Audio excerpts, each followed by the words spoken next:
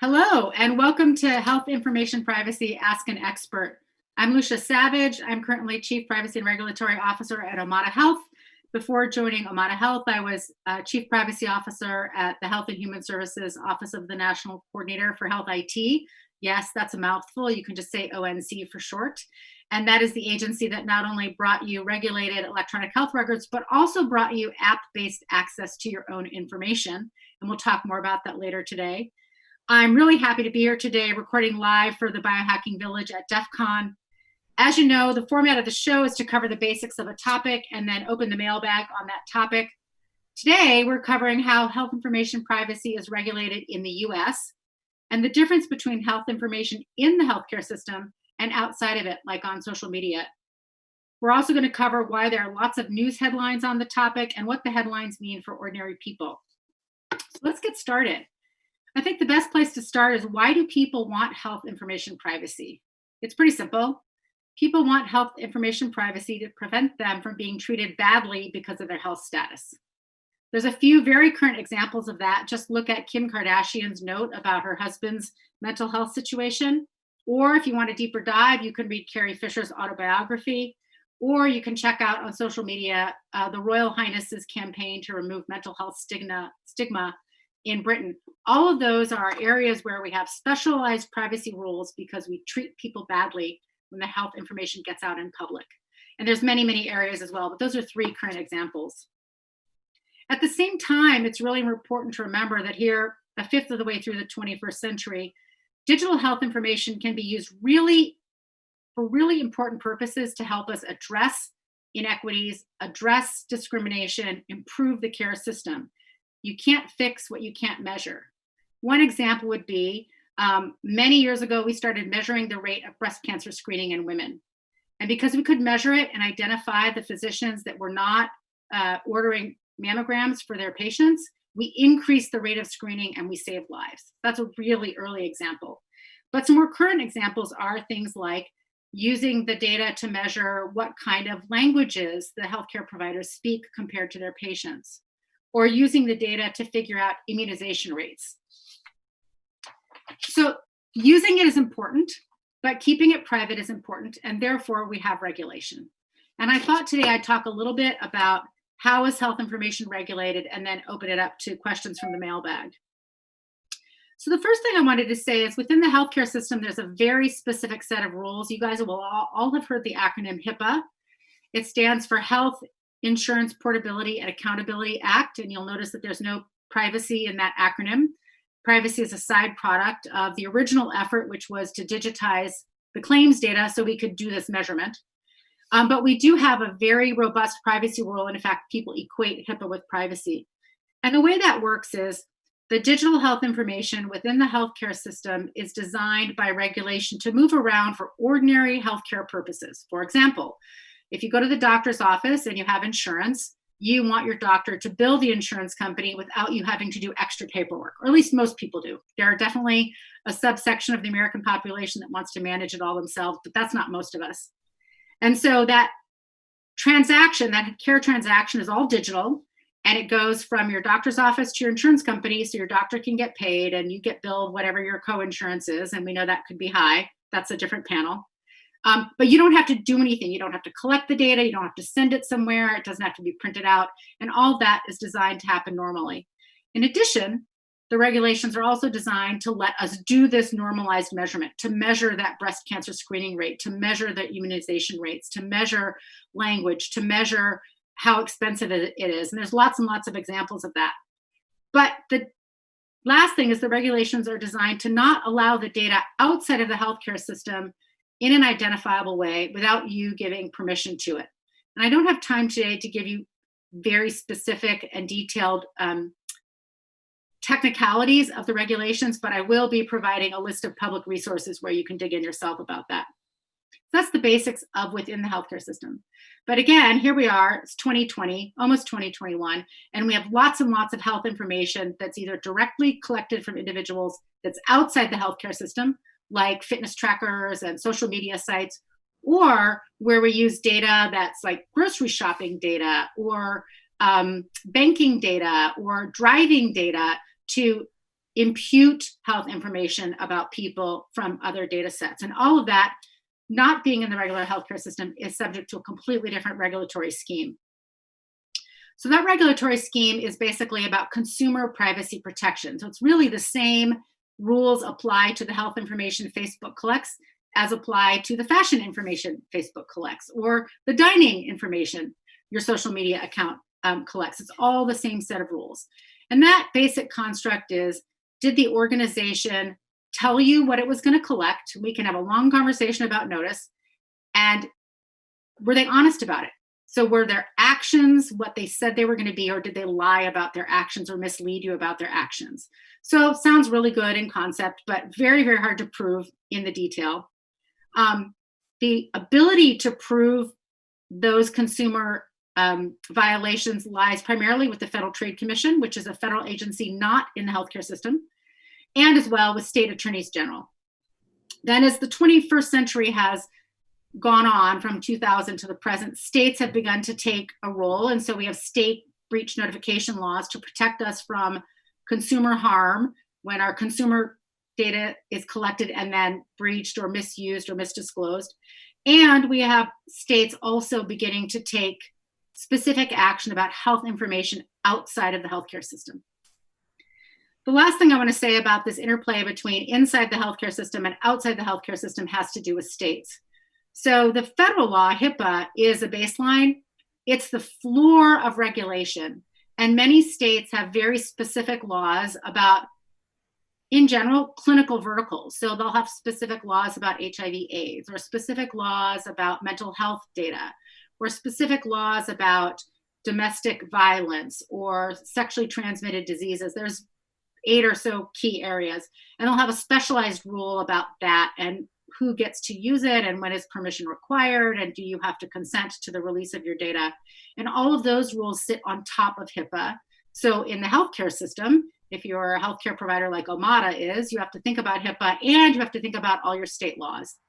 But again, those laws are about the healthcare system itself and not about particular kinds of data outside the healthcare system in the consumer setting. Finally, we have an emerging set of laws. Many people here will have heard of the California Consumer Privacy Act.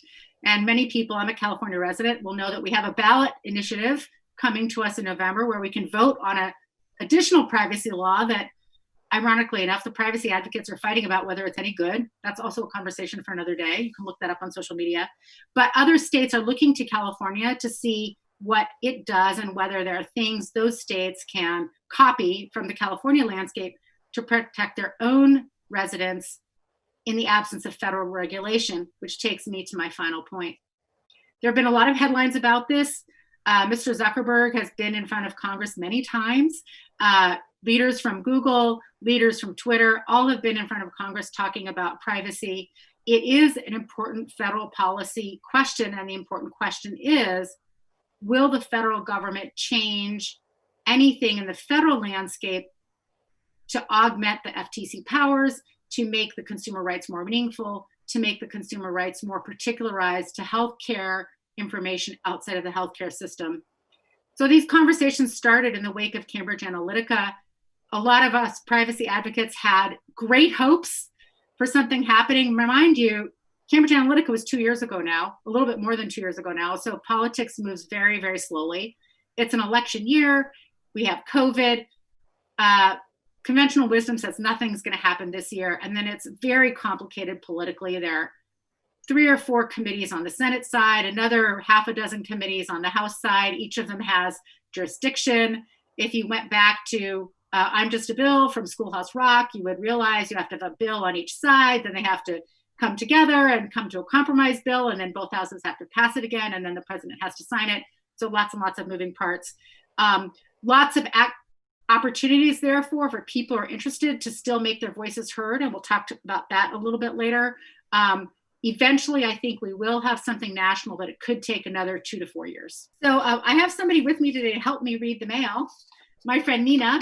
Nina, what's in the mailbag? First question. What are the big issues that are being debated in Congress about a nationwide privacy law?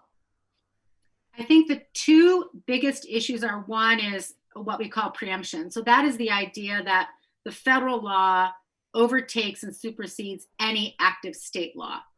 So if you think about the CCPA construct, if there were a federal law and if it were preemptive, it would override whatever California enacts in its own law. So you can see that that could be really contentious because some states might want to be more aggressive or more protective of their consumers than other states or than the federal government. On the flip side, however, is the more laws there are, the harder it is to assure compliance. So from a consumer perspective, it might actually be better to have one single law that applies the same everywhere, so you don't have to be confused or have your rights change as you cross state lines. Many, many complex trade-offs there. The other big issue is, should individuals be able to bring their own lawsuits for breaches of privacy? Now, there's a very long, complicated history about lawsuits and privacy and damages. But at the end of the day, it's about how does this get enforced? So right now, outside of healthcare, the FTC brings an action. Consumers under their individual state laws may or may not have the right to sue. And in healthcare, consumers have no personal rights under HIPAA to sue. A federal law could change all that by giving individuals the right to sue. That can be a really effective enforcement mechanism, as has been true for automobile safety, for example, right? Cars are safer because Ford got sued over the Pinto. But it also can make the cost of the business much more expensive. It can be a barrier to innovation because you have to worry about being sued. There are a lot of downstreams to widely available, empowering a lot of people to bring a lawsuit. So again, trade-offs there. Those are probably the two biggest issues that people cannot agree on. Why can't people get to yes? There are a lot of economic interests involved in that. So you can see that, right? The trial attorneys want to make money off the lawsuits, but the small businesses and the innovation community and the venture capitalists want to keep growing new businesses with new ideas, and they don't want the threat of lawsuits hanging over their heads. Compliance can be complicated. There are philosophical differences. There are people who definitely believe in empowering consumers to sue and people who don't believe in empowering consumers to sue. Those fall across the political spectrum. And that's probably why we can't get to yes, is there isn't enough people in any one particular place on that spectrum to balance the scales to a yes, right? You have to have a majority vote in both sides. So what's the impact of CCPA?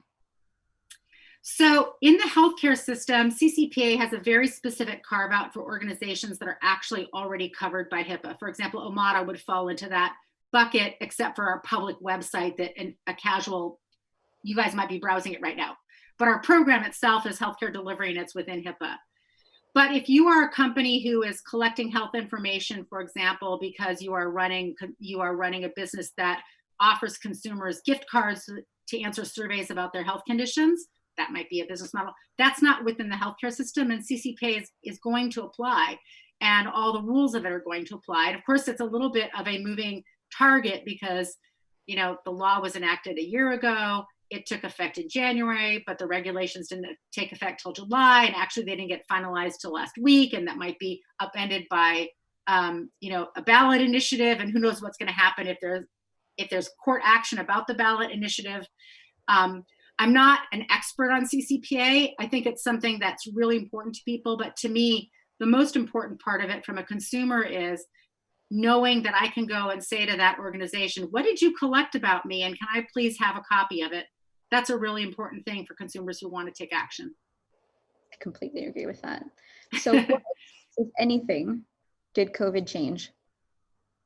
You know, COVID hasn't changed very much in the landscape, the overall regulatory landscape. There have been a couple of little things that have eased because of the public health emergency, but that easement is temporary.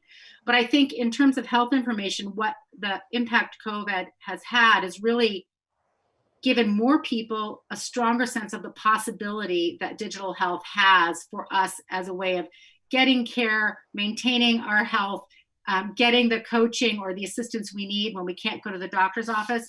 And because of that, I mean, it's great for a digital health company like Omada, but because of that, people are now going to be thinking about their health information a lot more. That's one. The second one is I think that the arrival of big tech at the COVID moment with their wide variety of contact tracing apps, the Facebook both runs ads for legitimate academic research about COVID and also runs not legitimate, links to things that are not legitimate research. Arriving as it has 2 years after Cambridge Analytica, I think we're suffering from the skepticism that Cambridge Analytica brought to the doorstep of health information outside of HIPAA, really and truly. People are concerned about the contact tracing apps. The uptake is very low. It even bleeds over into human-to-human contact tracing, where I might call you, Nina, and say, hey, it looked like you were at that concert, or did you know there was a big concert, and were you there, and who were you with, and who were they with? And that's contact tracing. We've been doing it for decades, really centuries, because we do contact tracing for sexually transmitted diseases that are contagious. And so we also have erosion of trust of the human-to-human contact tracing, and we'll suffer from that as a society for a while. How important is this issue to Congress? It's a little bit of drink of water before this question. It's a little bit of Kentucky windage, right? Issues are important that constituents care about. And that's pretty much how the democratic process works. So right now, constituents care about COVID, and some constituents care about election security, which is hugely important. We won't get a privacy anything this year, although I know there are still people working on little pieces of privacy. I saw a draft bill the other day about COVID and contact tracing apps. It's about a month ago. But if you as a constituent think this is important, you should tell your congressperson, House or Senate. And in fact, if you have a senator or a representative who's on a committee of jurisdiction, you should most definitely tell them. If you think back to 2017 and the original attempts in the current administration to undermine the Affordable Care Act, who went to Congress? People with sick children and sick family members. And they were constituents. So, you call over there and they will ask what your zip code is. Mm-hmm. And you should be honest about that. I happen to have a representative who chugs along doing what I think is right without ever having to call her. But I can imagine being in a different state and having to call my representative every week. Or ask for an appointment to the office with local staff to say, hey, did you know this is happening? And this is how it's impacting our community and me, and you should fix it. Noise, squeaky wheels totally get the grease in politics. So that's when it becomes important. Perfect segue. So how can the biohacking community get involved and move the needle on issues in privacy? I think there are a few things. I'm going to sort of try to list as many as I can in this materials, Nina, of bills that people might want to look at and committees of jurisdiction and where you go. But it's pretty simple. If you want to know, you go to finance.senate.gov and you look at the members and you figure out if they're your senator. And then you call your Senate's office. You call them and you say, I'm Lucia Savage and I'm a resident of blah, blah, blah state. And I understand that you're looking at such and such an issue. And here's what I think about it. And if you have a bunch of friends, you can do a house party and everyone can get on their cell phone and you can call serially. You can email, but it's probably not as carefully read or paid attention to as a phone call. You can do a house party after COVID. You can do a... Well, you could do a virtual house party, yeah. Right? Like set it up on Zoom. You can have all the contact information on a document that you're sharing. People can just, call on mute. They were talking. Just safety first. Have a good time. Third. So how can biohackers be more involved in the privacy needs and changes that are taking place? How do we get people to listen, aside from talking to our congressional person? So I think stories are really, really important. People listen to stories. So I'm always compelled by, that's why I love the reference to Kim Kardashian or Carrie Fisher, right? It gives us a context for why people have privacy issues. Why are we working on mental health? Why is there so much stigma? How do we remove the stigma? And we analogize that to privacy. So in your family or in your community, what has been a bad impact of poor privacy practices or poor security practices for that matter? How has it impacted people? Whether it's a neighbor who got doxxed and somebody, something terrible happened to them, or people that or even yourself. That's how we got anti-doxing legislation, is people went to their representative and said, hey, this happened to me and there ought to be a law. So it's really about stories, and it's very politics is very personal. It's, there are white papers, there are studies, there is data, we can explain all that, but it's really the compelling personal stories that tip the scales when somebody's on the edge.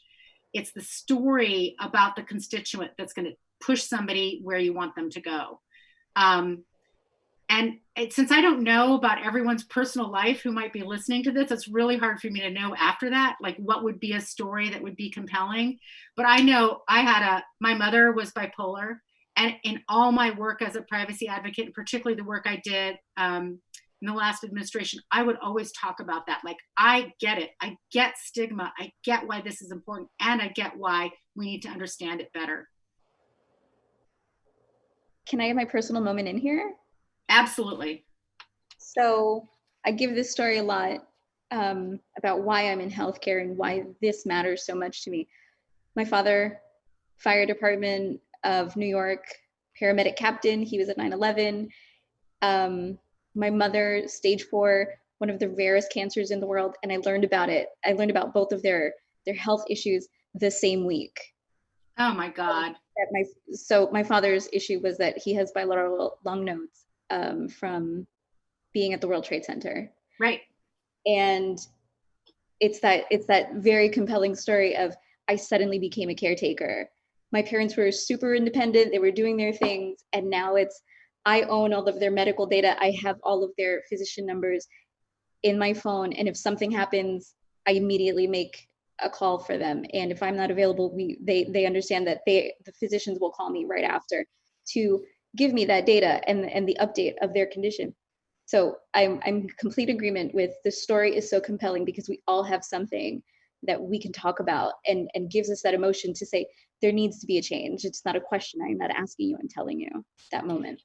2 things. If you think back about the 9/11 fund, and you'll remember that Jon Stewart was on that like a dog on a bone, week after week. It was embarrassing. Yep.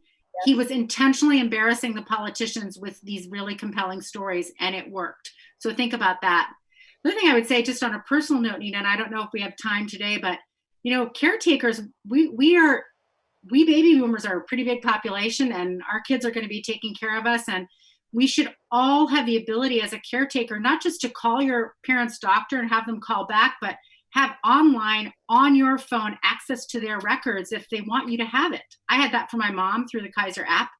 She authorized it. It meant I could help care for her, and she could call me and say, I don't understand this thing. What does it mean? And that is what digital health really means, is not keeping data sacrosanct in a box under a cement floor, but putting it where it needs to be and where the patient wants it to be to get the care that they need. And if that's with a family member, let the family member know. If that's with a friend from church, let the friend from church know. If that's you as a person, you're a DIY healthcare person and you want to broadcast your health status on that big billboard at Times Square, go right ahead. It's your data. How do the agencies that command and control healthcare, how do they work together, or how do they not work together? Sure, that's a great question, and something I forgot earlier on. I wanted to be super clear about who really has authority over privacy. So in the federal realm, it is solely the Health and Human Services Office for Civil Rights.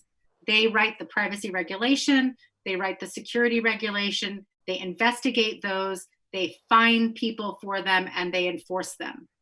Now, the FDA, which has a lot to say about digital tools, their remit or their jurisdiction is really about, is the thing safe, clinically safe, like it's not going to cause you, a glucometer isn't going to burn your arm or whatever, and is it doing clinically what you say it's going to do? So remember, it's the Food, Drug, Action, and Cosmetics Act, and the enabling legislation, which dates back to Teddy Roosevelt, is about not having health products in the field that are dangerous, right? And actually the FDA covers veterinary science as well. So just think about that in totality. So I love Bakul.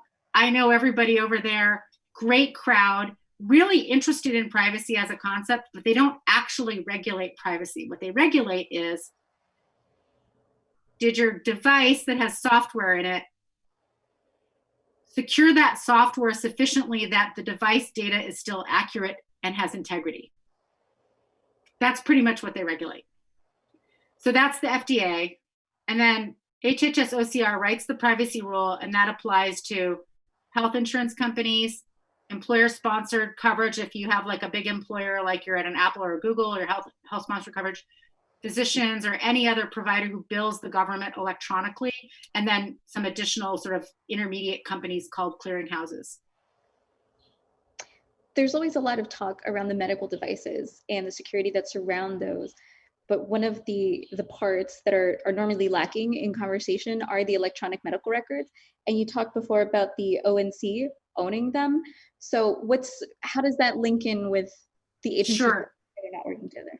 So the ONC has 3 specific powers. The first one is they write a regulation about what the software in a certified EHR has to do. And they're EHRs that are not certified, by the way. Mm-hmm. So if you have a certified EHR, it has to have these minimum functional requirements, and they've been getting more and more rigorous as time has gone by. The second thing they have is to educate the provider workforce, primarily, especially the small doctor's offices. Remember, while there are some really big systems, most healthcare is provided in very small business practices that have 2 or 3 physicians in them. So educate the physicians and the nurses and the people out in the field about how to safely, privately, and securely use certified EHRs to deliver care. And the third is to run sort of the policy making for the agency about both what that software package should be. It's a very unusual power, a federal agency that writes a prescriptive rule for software, but also in general about health information technology policy writ large. So for example, ONC has a specific duty of coordinating, Office of the National Coordinator, across agencies. And I might bring people to the table that would be the FDA and the FTC and Office of Civil Rights to stand up a tool that in fact exists. So on the FTC website is the Mobile Health App Developer Tool. And if you were to go to that tool, you would see in kind of a Q&A fashion, it moves you through a flow chart to help you make sure if you're a developer, you know which rules you have to deal with for the thing you're envisioning. So that's an example of coordinating across the agencies. Enforcement is not really a coordinating event in federal law generally. I'm making a very broad statement, but OCR has its remit, and a privacy breach is investigated by OCR, and they investigate every single one that's reported to them. A safety violation by a device would be investigated by the FDA, if that makes sense. And then, of course, all of these agencies are within Health and Human Services, which is an agency run by Secretary Azar. And so how the agencies work together is really a factor of whether the secretary is making them work together and how much. Different secretaries have different approaches to that. The FDA is a very big agency. It's called an operating division. It's kind of freestanding and runs on its own, but the FDA administrator would be part of Azar's sort of kitchen cabinet or his cabinet. Similarly, CMS, operating division, kitchen cabinet. NIH, operating division, but in the cabinet. And then ONC, Office for Civil Rights, actually report directly up through the secretary, also in the cabinet, but literally under more of the secretarial vertical, if you can imagine that. So how do they work together? Let me just see if I can summarize it up.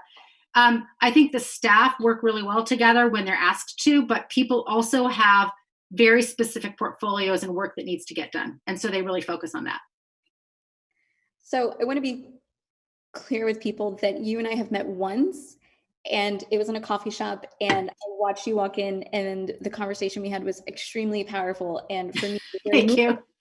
And I instantly knew that you had so much information that you needed to share it. And I feel like the community that we work in, we focus a lot on the medical devices because it's something very tangible that we can get our hands on. And this, even with all the knowledge that I have on how things function, this has engaged me and enlightened me. And now it's, okay, I can't focus so much here because they don't control this one thing that I'm working on. It's I need to move over here. And maybe if I'm working over here, I can gauge this and make things happen. So that said, what other resources can we find for everything that you're talking about? So I'll put all these links in a document that you can hand out, Nina, but I will tick off a few of them that are going to be in that document. The first one is when I was at ONC, we published actually a long white paper for Congress. So let's just say it's like publication book level clearance and editorial accuracy for 2016 about the way health privacy is regulated in healthcare and outside of healthcare. And while the names of the companies may have evolved over time, Twitter is still Twitter. You know, Facebook still operates the same way. None of the rules or laws that that characterize that description have changed. So that is a public document. If you wanted to look for it right now, you'd Google ONC non-covered entity report and it would pop right up.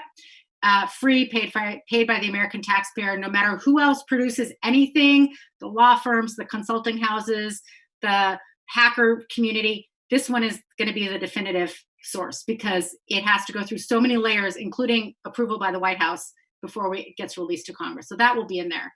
I will provide some links to educational materials that ONC and the Office for Civil Rights publish about more details about how HIPAA works, not only what people's individual rights are, like you as the caregiver, what are your rights for you and your parents to collectively get the information you need to help them with their care, but also for people to understand what are the ordinary disclosures that happen within the healthcare system to make it run between physicians and health plans, et cetera.